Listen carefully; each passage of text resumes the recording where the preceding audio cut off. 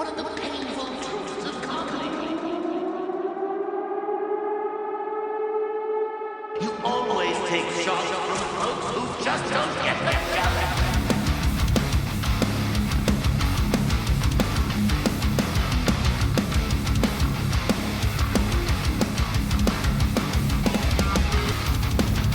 I'll hold you in contempt. I hold myself in contempt!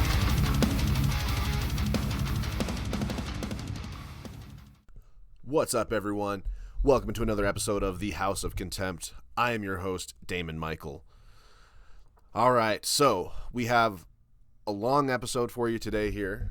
I will be having my buddy Will Goodridge on. We'll be interviewing him.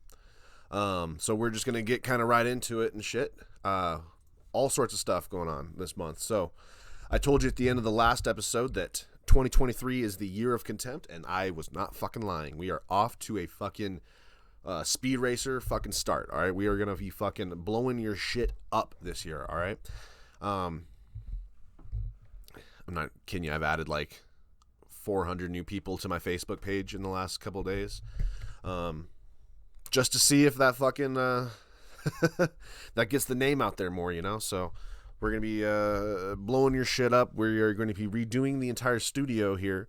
Podcast will remain the same, but we are going to be making it a bit more gaming centric. So I'm gonna be getting rid of a lot of the stuff in the studio. We're gonna be doing videos, more guest spots. So like today we got my buddy Will Goodridge on, so we're gonna be doing more guest spots. Getting all that shit figured out with video.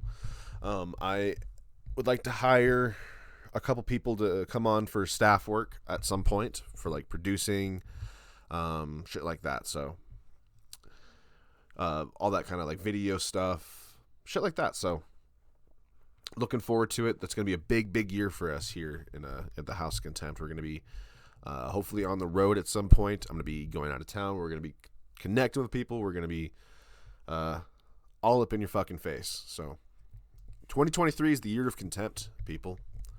And like I said, it's already off to a good start. We got so much going on here. Really quick, we're just going to get this just dropped in here right out of the way. The album of the month. All right, the album of the month for January is a very special album for me. It was released on my birthday a couple years ago. I couldn't give you the exact date, but it released on my birthday. It is it's the album that kind of got me into heavier music. So there was Daemon pre death metal and Daemon post death metal, and the band that changed all that was Sylosis, and they had an album come out called Dormant, and that album came out on my birthday, and that album changed the way I look at music. It just absolutely, I don't know, it's just something clicked.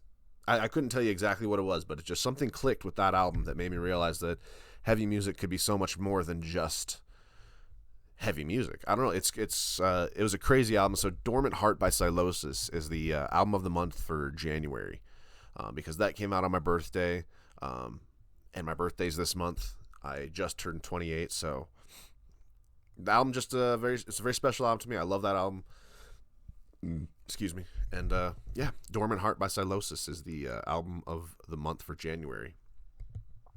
So, catching up with all this stuff, we have so much shit going on. I got right on it.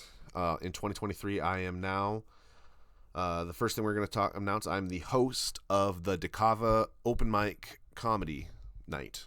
So, I will be hosting the comedy mic. Open mic down there every shit. I don't know the dates for sure. For sure, the 27th. We are doing the first open mic on the 27th.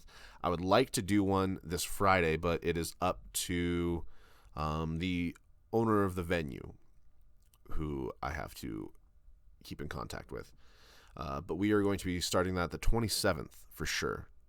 And that's going to be at 7:30 well, I don't know, but 7:30, starting on the 27th of January at 7:30.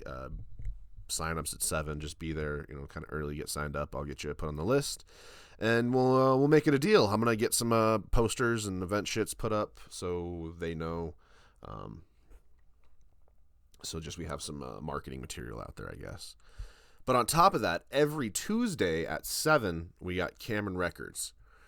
We had an amazing turnout last week, and I'm excited to see what comes of that. So every Tuesday at 7, we have Cameron Records. Every third Tuesday, I don't know if it's the third week or the third Tuesday. I have to figure this out for February. We are having Craft Local open mic. Craft Local, I think, oh shit, that's tonight. I think, shit. Let me just double check something here. It's tonight, so it must be the third Tuesday. So every third Tuesday, there's Craft Local open mic. So I'll be doing that tonight as well, which will be pretty cool. And then every second and fourth Wednesday, every second and fourth Wednesday, we are doing an open mic at the Red Door with the Laugh Your Ass Off guys. So another little cool thing I'd like to announce with the Laugh Your Ass Off, with those guys, is they have it's 30 days away, so no one's going to be, no one listens to this anyway that's going to be like, you shouldn't have announced this that early. We have an all-star show at the Red Door, which is going to be huge. Last year, it was fucking packed. We packed the Red Door. That was a lot of fun. I had all my friends come out. This year, they're thinking it's going to sell out. So if you listen to this podcast and you want tickets, let me know. This is going to be a big, big fucking show. I'm so fucking excited for it. This was this is one of my favorite shows I've ever done. We had the biggest crowd I've ever performed for. So I expect it to be bigger this year. Last year it was 16 comedians for $5. This year I'm expecting something similar, about a similar turnout. So that's going to be so much fucking fun. I'm so excited for that. It's going to be a big highlight of my year. That's going to be on February 18th. February 18th at the Red Door. Times and prices and all that kind of stuff have yet to be announced, but to the 50 of you that watch this, I mean, you know. So, yep, that's going to be awesome. I can't wait. It's going to be the second one I've done. And I'm putting together a good set for you. Hopefully they allot me more time than last year. Last year I only got 4 minutes, and I'd like to do 5 or 6 this year, but we'll see. We'll see. So, like I said, we have a big episode here for you today. I'm not going to kind of meander about a lot. So, I have started to work in, you kind of saw it on New Year's. It was kind of a test run on New Year's.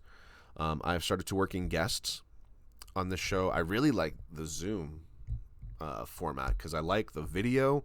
I like that it cuts between the speakers.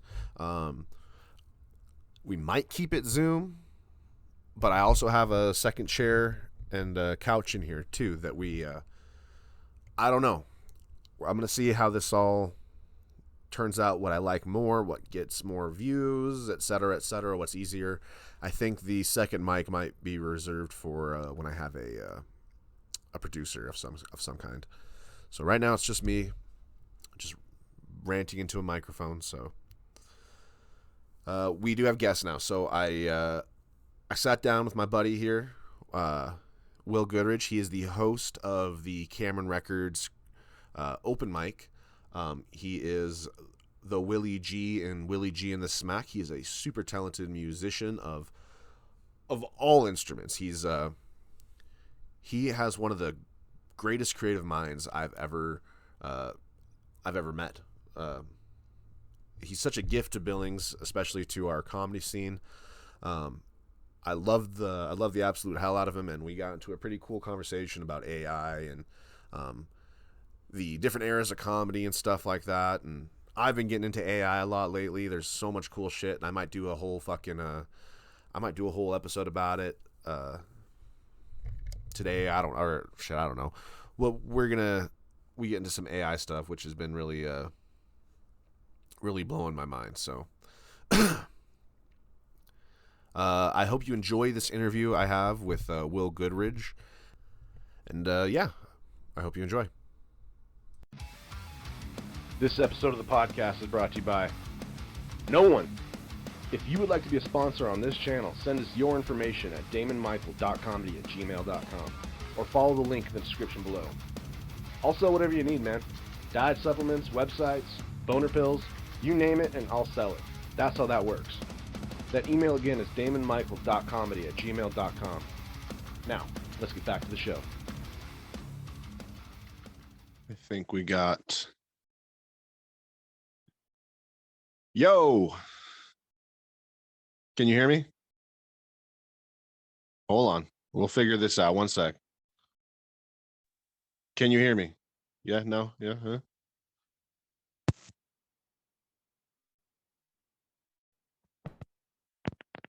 Hold on. Can you hear me?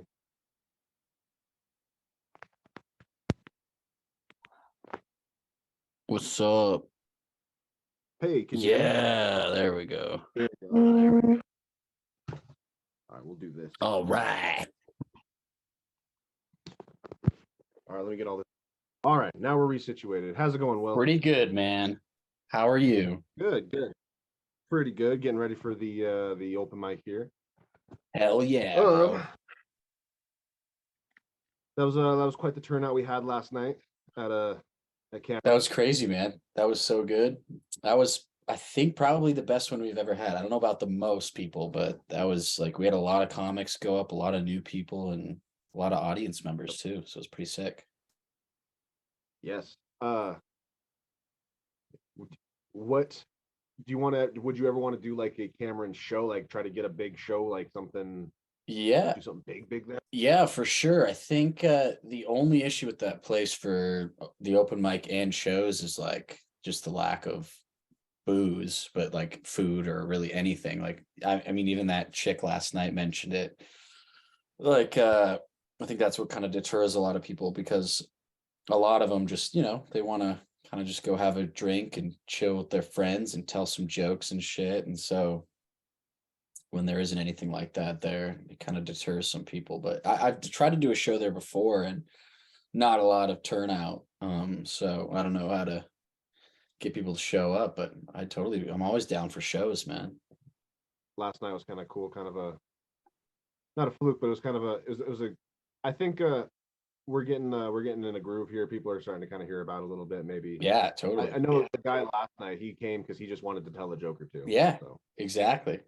And yeah, we just got some people that literally they're just like, no, I'm not here to tell any jokes. I just came to check it out. Like, people are interested. All right, enough. yeah, for sure. And us blasting it online, I think we just gotta continue to do that more, and that's gonna definitely boost too. Like, yeah, it definitely wasn't a fluke, but it was kind of unexpected, I would say. Yeah. I'm glad I was able to catch that one. Yeah, it was awesome. So we got all the stage time coming up now. Are you pretty excited about that? Like, we got more stage time, more open mics and shit. Billings kind of becoming we're coming back a little bit. Heck yeah, man. Yeah, I'm super stoked about it. I gotta start writing some more stuff and really getting back in the groove, because it has been kind of a lazy last couple months for everybody. I feel like that's another thing that deters people from coming out, and I don't blame them. Like, if you're not writing any new material and there's no really motivation to do that, then you're not going to come out, So, and I love Cameron's. Yeah, I love Cameron's, but without a really, audience every single time, it is a little bit more of just kind of working out, like hitting the gym. So if you don't have anything new you want to work on, or it's kind of, hit or miss. Right. Well, that's what it is. It's just open mics are really just boot camp. For sure. Like, people really don't like that. I mean, there's a lot of people that kind of expect, oh, I'm going to do this and the crowd's going to be here for this and it's going to be awesome. I'm going to be a rock star in Billings and stuff like. It's not always like that. It's about getting those 3 or 4 people to laugh, because if you can get a group of 3 or 4 people to laugh in a really awkward kind of space like that, then you're doing something right. It's just grinding yourself against the grain. For sure, dude. Yeah, just hitting that grindstone. And it's a tough thing to do, but a lot of people are adverse to just doing their same jokes over and over and over again, which is just what you got to do. Like, of course, people are going to get bored of them, but those people that are getting bored of them are other comedians that are performing their same jokes over and over. It's just what we do. It's just what you got to do. And so don't be afraid to do that. Like you just gotta, you don't want to go up and just say the joke exactly like you've said it before. You obviously want to be tweaking it and working it every time you perform it. But like, I think some people are really adverse to doing the same stuff and they feel like they can't come out because they don't have anything new. But just work on some old stuff, see if you can revamp it, see if you can make it tighter, better, even funnier, add a better tag. Like there's so much you can do with old stuff. Or like, honestly, a joke is never really done. Like I feel like I've heard that a million different times from all these pro comics. Like you can continuously make your jokes better. Do you, because I get this a lot where like I feel like my shit's like, it almost feels script, like, because I've said it so many times, it sounds scripted in my head, but then you don't realize that to other people, like that's the first time they're hearing it. Yeah, for sure. And it sounds so smooth.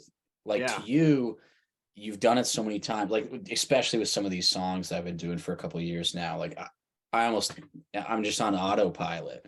Yeah. And but then people are like, yo, that was great. Like you're so expressive and blah, blah, blah. And I'm like, all right, I guess I was like, I didn't even realize I was doing that. Like, yeah, it just kind of becomes second nature.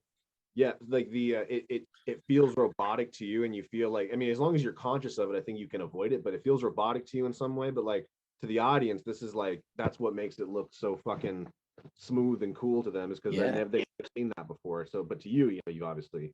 Yeah, like, oh wow, he's thinking this up on the spot. Like, wow, And that's the secret to it too, is that a lot of people don't really get that, because it sounds, I mean, that's my biggest pet peeve, is I refuse to do some of these jokes a lot because it just sounds robotic, and I'm afraid to come off that like robotic, because I feel like some people could pick up on that eventually, like, oh, he said this a million times.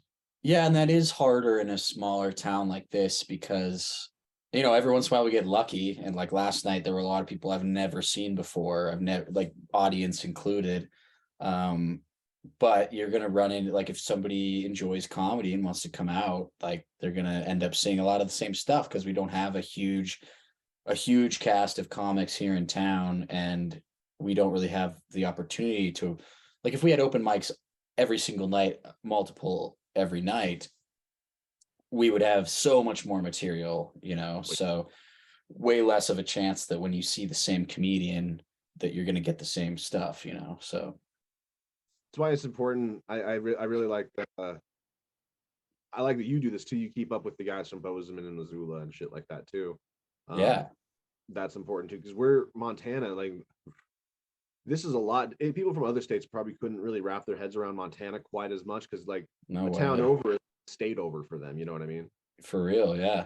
Like you drive 20 minutes and you've gone through 3 different towns. Like. Yeah.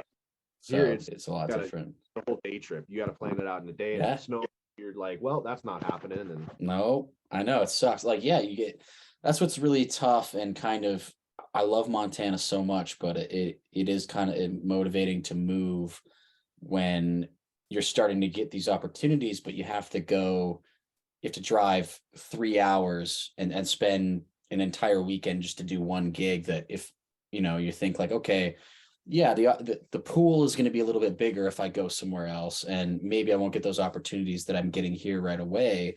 But obviously I got a little something to me, so eventually I'm going to get these opportunities again. And if I'm in a city, like, instead of having to drive 3.5 hours to do this gig, that's like a next step up on the rung of the ladder of opportunity and like professionalism and your craft and just the next step in your career, you're gonna have, like, you can do probably 3 of those shows in the time that you're gonna do one here, because like I got to open for Josh Blue in Great Falls, but I got $150, which is great, but it cost me like $150 gas, so it's like, okay, not really getting any pay because I had to drive 7 hours total time there and back. And, it's a great opportunity to open for these guys and get to talk to these pro touring comedians and stuff. But nothing really ultimately comes of it at this stage. Like, you just got to keep grinding. Like they're very encouraging and they'll talk to you and stuff, but they're not going to just like, you're coming on the road with me, kid. Like, it doesn't really work like that. So, it's like, yeah, Montana's great, but it's kind of who and out here our population's so scarce. Yeah, we know everybody. It's like, yep. So that doesn't really help out here. Well, that's why like it was kind of a big deal. Like when Bert Kreischer came, like not just me being a fan of him, but the fact that like, hey, a comedian of that caliber is thinking about us. You know what I mean? Yeah, like, and you're talking about Joey Diaz last night, like. Dude, what? He's actually like the name dropping Billings. Like he's been here multiple times. That's wild. It was back in the 80s and 90s, but yeah, I mean, he I saw him tweet the other day. Yeah, I was Googling Joey Diaz in Montana a while back, and someone was like, Joey, you should come out to Billings, Montana. And he's like, Billings, Montana, do they even have an airport there? Yeah, dude. It's like I remember because my brother lives on the East Coast now, and every once in a while he would bring one of his friends that were raised on the East Coast out here, and they're just mind blown. Like you're saying, they had no idea that a place like this really exists because they're used to, just the hustle and bustle of the East Coast where it's constantly populated. You drive 20 minutes, you've gone through 3 different towns. It's just like, what? You have to drive 4 hours to get to a town that's 10,000 people. Like, it's not even like cities. It's not even, it is like majority of these towns in Montana do not have airports. They have a little airstrip you can land like a little prop plane on there or whatever, but it's not like commercial flights are going back and forth. Right. It's like some dude out of the fucking Amazon. You got to hire a plane. Yeah, dude, seriously. Get into town. Got to get a bush pilot to fly out there. Did you start comedy here in Montana? Mm-hmm. Okay. What was your first where was your first gig? Was it I signed up for, I think it was 2018. Yeah, 2018. I signed up for the Red Door comedy competition without ever having done comedy. And I was like, well, I should probably do a few open mics. And then at that time, the Red Door was the only open mic in town that was running. And I can't remember if it was weekly or bi-weekly or what. But Will Thomas was running it with Cody Sutton. Oh, really? And those two were running at the time. And I got to do like 2 open mics, I think. And then I had to do that competition.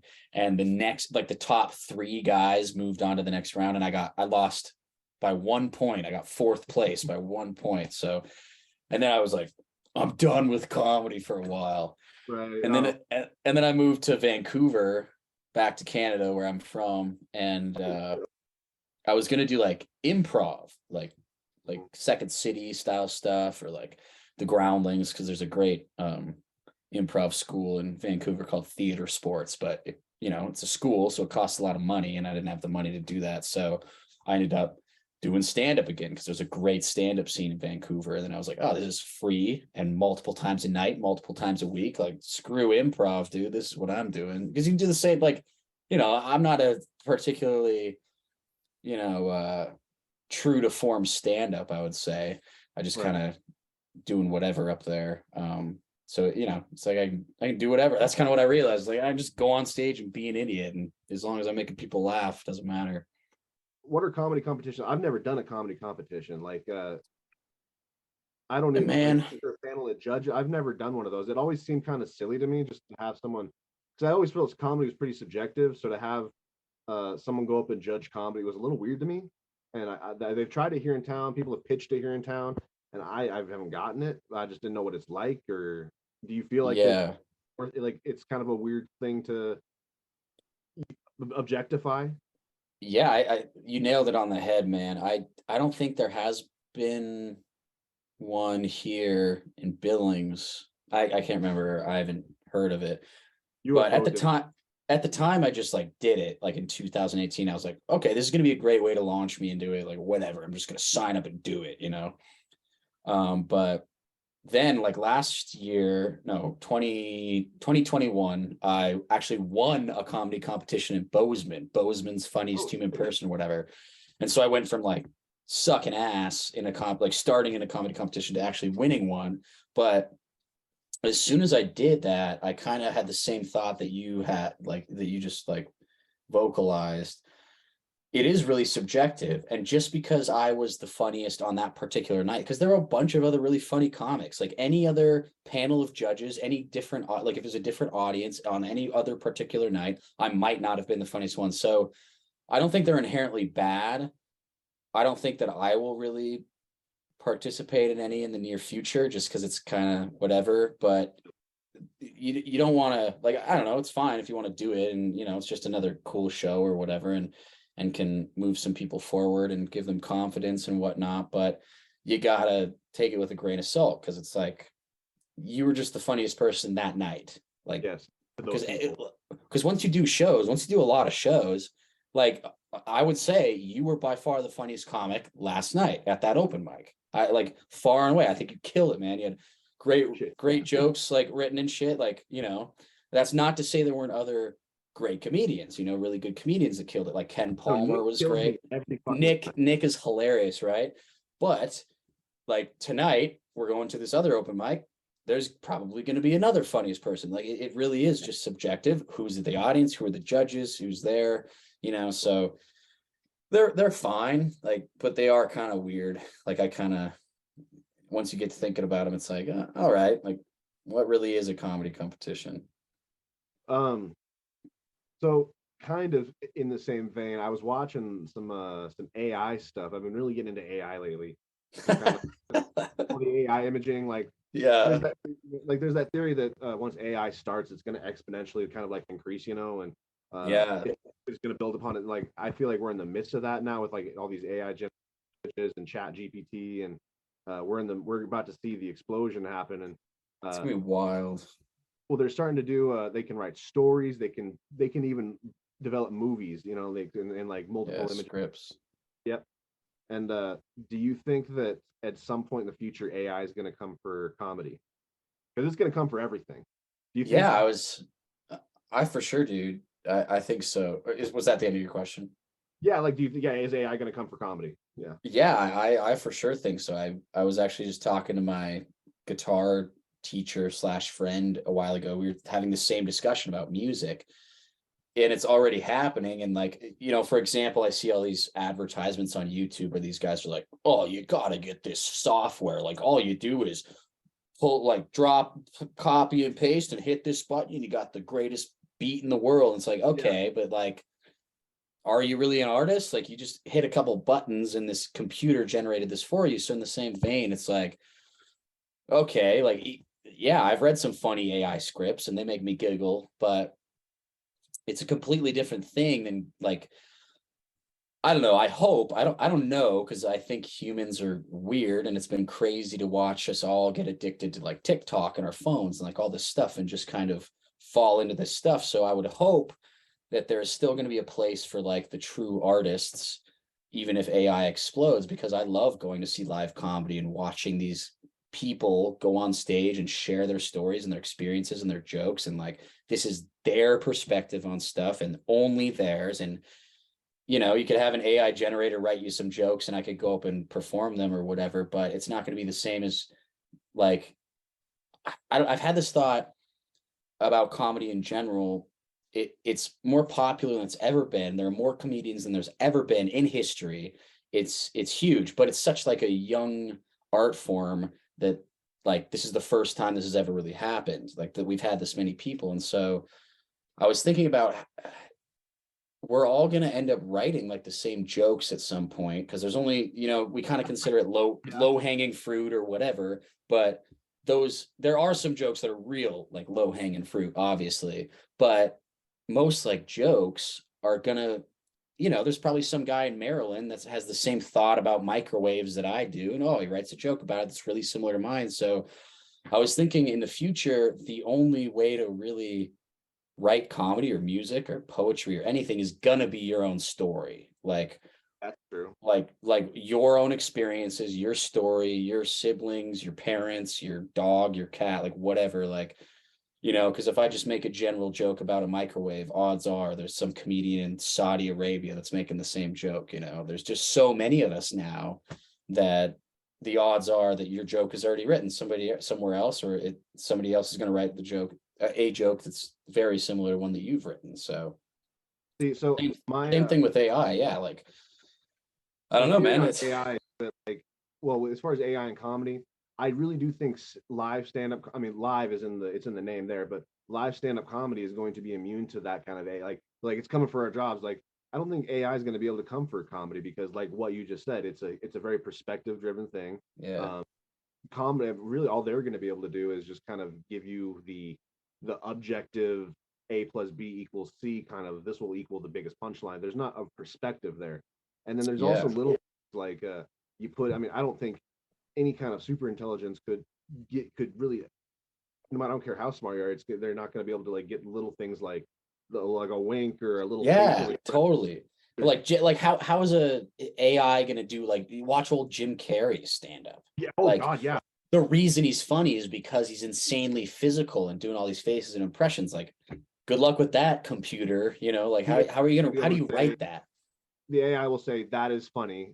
These faces are like, there'll be something very objective about it, but it won't have the same, like, I really do think like at least live comedy will have some sort of, will be resilient to that because it's so human. Like there's a lot of humanity. And dude, you're so right. Like day to day, even when I'm at work or around my family and stuff, I'm laughing at stuff all the time because I think that just is like a comedian's brain. I'm just constantly laughing at shit, which can sometimes get you in trouble. But most of the things I'm laughing at throughout the day are like somebody, like an inflection somebody puts on the end of a sentence, or like a face somebody makes, or like a one word they choose, or like it's not really them saying a joke or like trying to be funny. Yeah, exactly. It's never gonna happen again. You were there to witness it, and that's why it's funny. Like, and you try to bring that onto stage, and to have a machine try to do that, there's something weird about that, I think. And for sure, not to be I don't know what the word, not to be smart ass, but artificial intelligence. I think a lot of the funniness stuff comes from the people's lack of from being monkeys and being like, aha, shit, getting flown. Like I just laughed at you saying that. Like there's like something so base and raw about just laughter. Like you can't, like, I don't think a machine will be able to just replicate that. No, and it really is. It's just involuntary. Like even though we're writing this stuff that we think is funny, we have no idea if it's going to make other people laugh until we go and try it. Like, so, and the AI will know, but it will know in a way that's mathematically driven. And I don't know. It's just, everyone wants to talk about how they're coming for our shit. I'm like, I'm fine. I think I'm fine. Yeah, maybe especially. But podcasts and movie. I mean, it feels like movies already are being like, I would not even doubt that half of the movies that are on Netflix are just like, I don't have time to write this. Write something for me, AI. Like AI algorithms. Yeah, they suck ass. Like there's no heart in them. It's not Quentin Tarantino slaving away for 8 years to come out with another great film with perspective and dialogue and creativity and all that stuff. Like, yeah, they could write a script, pretty basic movie that the general population would sit down and waste their time watching. But I think humanity has to kind of has to check themselves a little bit too, though. And this is what, like, I think we're starting to kind of get in that mindset with like documentaries are coming out, like the Social Network, Social Dilemma, and kind of these ideas like, my phone's dying, dude. My phone's dying. I'm losing shoot. You. Plug it in, dude. No, it's been plugged in. I'm losing you. Goodbye, Daemon Michael. Well, welcome back to the Willie G Show. Tonight we will be discussing wombats. They are a small bear-like marsupial. I believe they're herbivorous, and they live in Australia. There are two types, or two subspecies, to my knowledge: the common wombat and the hairy-nosed wombat. The common wombat looks a little bit more teddy bear-ish with cute, kind of rounded features. But apparently has more core. Like I live in Montana, so I've never experienced this. Apparently has coarser hair than the hairy-nosed cousin, which is a much softer, gentler breed. They're marsupials, as I think I said. And fun fact about them, their pouches, which all marsupials have, are actually facing backwards. And that is because they are a burrowing marsupial. So that is to deter the pouch from getting full of dirt when they're digging their little burrows. So their babies don't get a face full of dirt while they're, gestating and growing in the pouch. They also have square poop. All right.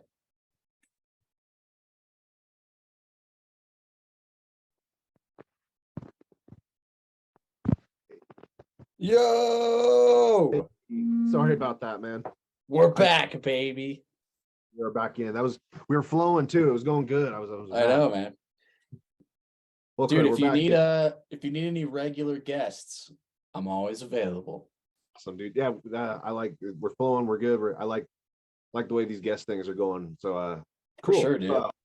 What were we talking about before we dropped out? Was it the AI thing? Yeah, I think we pretty much we're kind of coming to a close on it, but yeah, the general consensus I think is like we're good.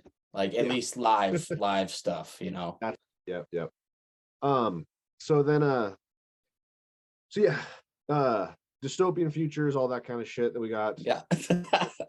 we're an essential part of that for the future coming up. So did you have for like the future comedy, what are you looking at? What are your horizons looking like as far as the future of comedy?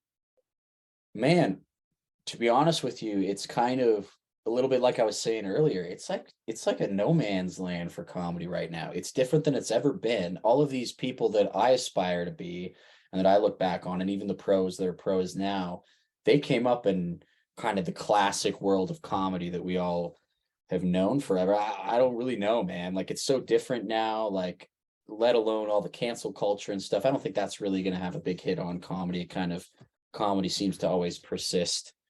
But yeah, man, I don't really know, because even like sketch comedy is changing so much. Stand up, like I was saying, is changing so much where it almost has to be so much more personal than just kind of a general kind of a thing. Like cancel culture aside, do you think people like Dave Chappelle or George Carlin could have made it nowadays? Do you think like our generation, do you think, I mean, that do you think this still would have been funny enough to cut through all that noise that we have to deal with? I would say so. I think it's, it is the attention span that people have now is a lot less. So I don't know that the style of like, say, George Carlin, kind of a more of a philosophical, slower kind of approach where you're kind of like paying attention. And I don't really know if that would resonate as much as it did at the time. But I like Dave Chappelle. I think if you're a good joke writer and you have a knack for comedy and you want to do it, I think you can somehow do it, whether it's writing for TV shows or being a stand-up or, plugging in some shit into an AI bot. I think somehow, if it's what you want to do and you have a knack for it and you persist at it, I think that you can probably break through in any kind of form. So there's always an audience for everybody, I guess is a good way to put it. Like it seems like back when the internet started up and metal goes through all these eras, and it's really interesting to see how different art forms and scenes adapt to these different eras of everything. And metal has its own very distinct eras and stuff, and I'm sure comedy has some parallels to that in some way. Totally. But something that I remember that was very discussed, because when the internet was coming up, a lot of really just metal was in kind of a shitty place at the time. But one thing I remember discussing with my friends once was that just means that it's going to put the good bands are the only ones that are going to get noticed. The good shit's going to be the ones that's going to that's going to make that you're going to know, because it's going to cut through the noise. I mean, there's so much of it that really all there is left is to just notice what's good.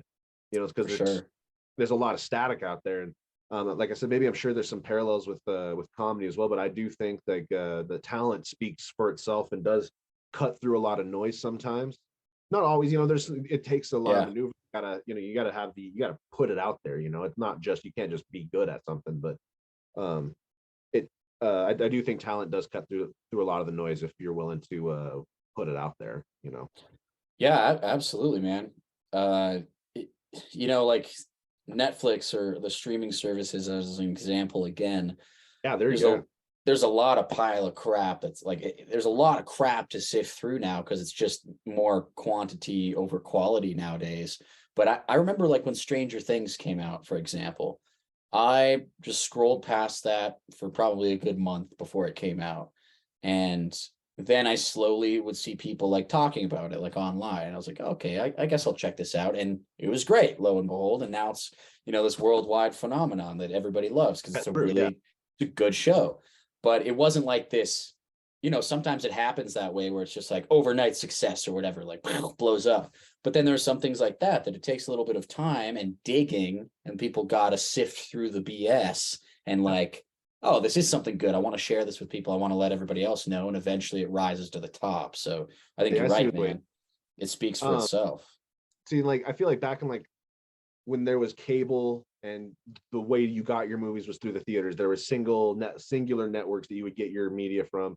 There was a lot more like event type things. Like the reason we thought there was a lot more good stuff was because we were honestly a lot more kind of, we were fed the same channels as essentially, but stuff like everything felt like more of an event back then because we all liked it a bit more, it felt.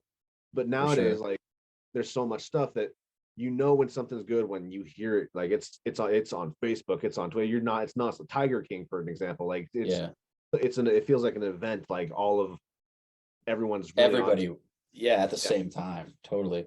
I think you kind of gave me a little inkling here too. I think that before the internet and streaming services and stuff, I think it was really, even if the movie sucked, for like movies, for example, you kind of just apply your own, once again, experience to it, like who you went to the movie with, what day it was, if the whole day was good, like what kind of soda or popcorn you got, like sitting in the movie with this person that you like, whether it's your friend or your spouse or your family or like a big group of people, and you're all going to see this movie together. So when you think back on that movie, like, oh, I love that movie so much, and you're rewatching it and you're like, it's not that great of a movie. I think part of why you love it so much is because of your first experience with it.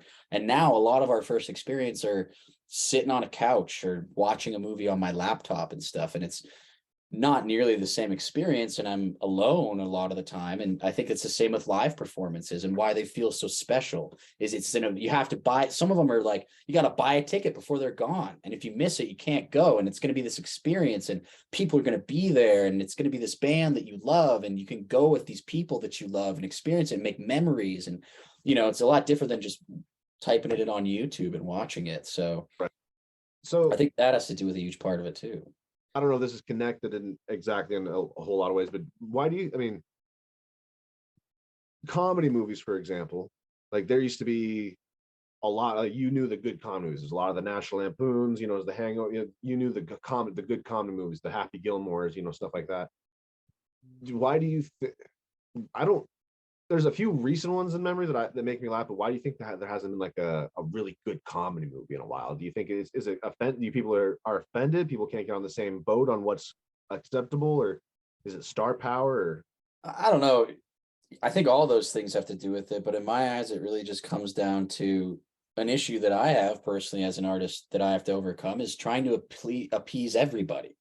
Like, obviously, like even at those times, we look back on like Animal House, for example. You think mothers at the time that movie was coming out are going to be like, let's go and see this movie? No, there was a ton of people that didn't like that movie, didn't want anything to do with it, didn't think it was funny, thought it was raunchy, thought it was the devil, whatever. Like, that's how it always is. And the thought that you have to, one piece of art is going to make everybody feel the same way is just incorrect. And that kind of is what everybody is trying to do nowadays. And that, like I said, like when I'm writing a song or a joke or something, I'm like, well, I really like this song, but is everybody going to like it? Who gives a shit? If 5 people like it, that's something, like, right. Awesome. If you make one person laugh in the audience with your joke, okay, that's something there. Like there's something there, you know. You don't need to make everybody laugh. You don't need to appeal to everybody or appease everybody. And I think that's a huge part of it now is everyone, it's like if everybody doesn't love it, then it's not worth it, you know. So what about those old movies do you think like made it like those comedy movies specifically, like the Jim Carrey movies, the Adam Sandler movies, the Clark Griswold movies and stuff? Like what about those movies do you think spoke to so many people that that people just can't do anymore? I think it was just their, like, once again, that artist, they had an idea and they like drawing from their personal experiences and what they thought was funny, and they just made something based on what they liked.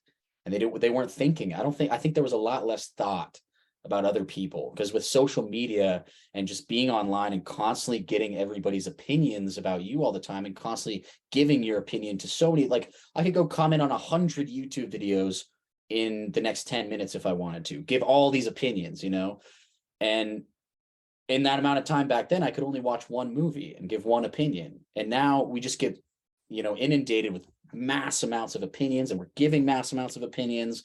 And at that point in time, it was just like, I like this and I'm going to make it and I'm going to see what happens. And that was that. Like, you just did it. Like, you weren't thinking about any of that stuff, you know. But now we're always like, I think we get in our own way a lot of the time before we even create something. I really like that. I really do like that that perspective. Yeah. That's something you don't hear a lot. That's something I haven't heard. Something I haven't heard about it. And you know, when you put it that way, it spells it out pretty clearly, it seems. Yeah, just write your shit, do your shit, and you know, if you're the only one who likes it, cool. You wrote something that you like, and what's wrong about that, you know? Which kind of reminds me, I didn't we don't have to announce anything or say anything official here, but I was telling people I want to get into some of the sketch comedy shit. Yeah. This year. That's going. I want to be that make that a big goal this year is to get. I have a few pretty good ideas that I want to write out and film out or film and everything. But I all the money and shit. But For sure. you and Nick I think you me and Nick could all come up with some fucking hilarious comedy sketch ideas. And there's a lot of great characters and just funny, interesting people in this town that I've always thought the same thing. I'm like, it'd be so easy, you know. From my experience, you know, these guys that we're talking about, like Adam Sandler and Jim Carrey and stuff, a lot of 80% of it is going to be you. Like, you know, it's your idea. So you're going to have to write it and, you know, get that idea to a place where other people who are working with you can understand what you're going for and help you create that and that idea. So that's, you know, just a little anecdote there on the sketch comedy stuff is like, you know, a lot of it is on one person to kind of lead the charge on that stuff. So Trevor Moore and White as Kids, he was definitely the kind of exactly. Like, and that's not to say that other people don't add a lot and help out a lot, but it usually is one person, you know, that's kind of leading the charge. And that's kind of what a vision is. That's kind of what art is like, and that's not to say that, you know, like, I don't know, I guess the Beatles isn't a great example because pretty much music too, as an example, a lot of bands someone that takes the charge that here's one. I was listening to Dave Grohl, an interview with him, and he was saying that he just loved playing with Kurt Cobain, and he never once was like, hey, here's a song that I like or whatever. He was just like, no, I'm in Kurt's band. We're playing Kurt's songs. It's like, you know, and I've been in bands before where people are like, hey, we should change the name or we should do this or we should do that. And I'm like, thanks for the input, but I book all the shows. I text you guys and book all the practices, which we do at my house, and we use all my gear. And I'm not trying to, you know, be an overbearing a-hole, but like when you're the one putting in a lot of the work, like most of the work, it's your project, it's your thing. And that's not to say that these people aren't contributing a whole hell of a lot, but you know, somebody's got to kind of like with what you said there too. That's why I think like you hear a lot about musicians, they'll go to comedy, or comedians will go to music. Like I've noticed there's a lot of flip-flop between the two. And I think it's because of something like kind of what you said there. Like if you're a comedian, you have this power yourself to take your own charge, and you don't have to work with you don't have to fight these 3 or 4 other egos or something like that to get an idea through. Whereas I think some comedians, they don't like the idea of doing all this by themselves, and they kind of need someone to lead the charge for them. So I don't know if that's not a I don't think it's a straight across thing, but Yeah. I think something to be said there about some people like someone leading the charge. Like there's a lot of music and comedy are very performative, and they're very parallel. So there's a lot of flip flop between them. I think a lot of the people that they find one thing about it that they like that they can't get in the other. Mm-hmm. I think that's why there's a lot of the flip flop, and it works well because there's a lot of parallel between the two. If that makes any sort of sense. Sorry, Dude, it totally does. And sometimes it's nice to just go along for the ride. Like, it's nice to see your ideas come into fruition and have people help you do that. But sometimes it's like, hell yeah, I'll just sit here and play on the piano or act like I love this goofy little part you have for me in the sketch. I have one line, but whatever, like no skin off my back. It's fun, like being a part of things. And, so it's fun sometimes to ride on the coattails of other people. See, then I was gonna say, like, now that I got this comedy shit going, I got my own kind of thing going. If I were to join a band now, I feel like I would go into it with a lot of different attitude, where I wouldn't feel like the need to.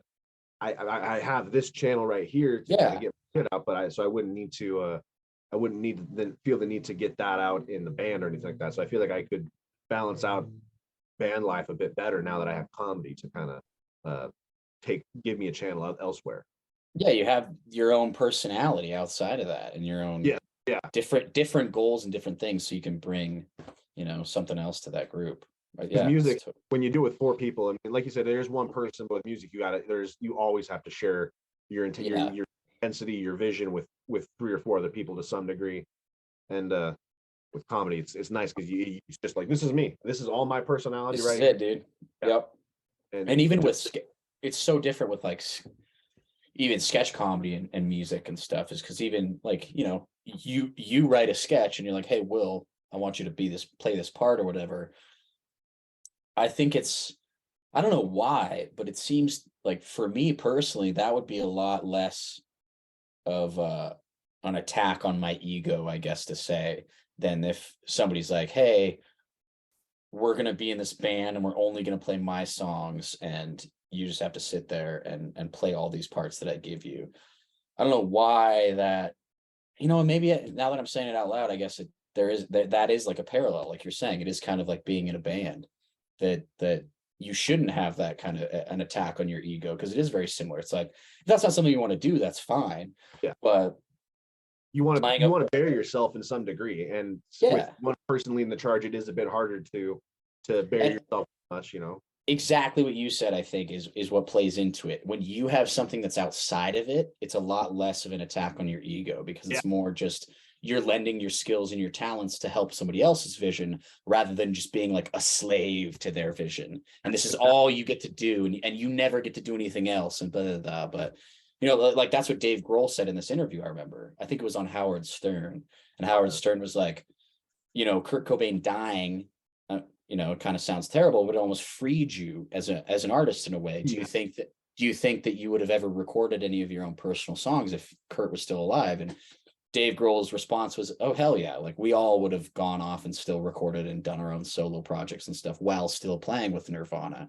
That's just kind of what you do at some point, and if that's what you want to do. So it's funny because I've never wanted to be an actor, but as I do comedy, I kind of want to now. But the way I'd want to do it is I'd want the cameo. I'd want the funny cameo role that everyone's like, you remember that one guy from that one like, I want to be that guy. I mean, I want to be like the skeezy drug dealer that's like smoking a cigarette. It's like, yeah, I knew that bitch. What the fuck? I mean, I want to be that guy that got fucking the Quentin Tarantino. I don't want to like, have it be my own movie, but I want like those Quentin Tarantino kind of cameos where you're like, that guy stole that one scene, and you know what I mean? For sure, dude.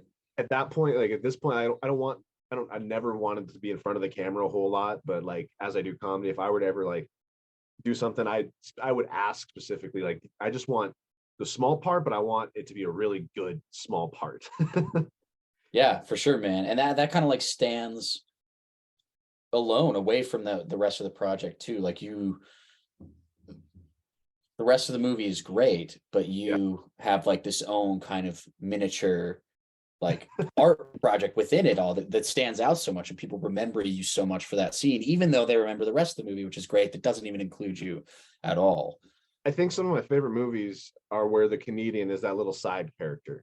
Yeah. Or my favorite, you know, I mean, some of my favorite, not my favorite movies, but my favorite, a lot of my favorite comedic actors are the ones that are in that little, they're in that one little scene, or they'll have those one little lines, like in Bad Grandpa or Dirty Grandpa. It was in Dirty Grandpa with Robert De Niro. There's the drug dealer, and he's like, "What are you talking about, man? This is Florida. Everywhere's a gun range." And like I love those like one little roles, and I don't know. I feel like with comedy, I've really kind of taken us off subject a little bit, but like if someone were to ask me to be in a movie, I wouldn't want to. I'd ask for like, just give me a small part. Like I would just want the smallest kind of part, because I don't want to be up front. I don't want to be in front of the camera a whole lot. I really don't want the focus to be on me. Like if I were to do this, I'd want to make one thing my own, but like that's it. Yeah.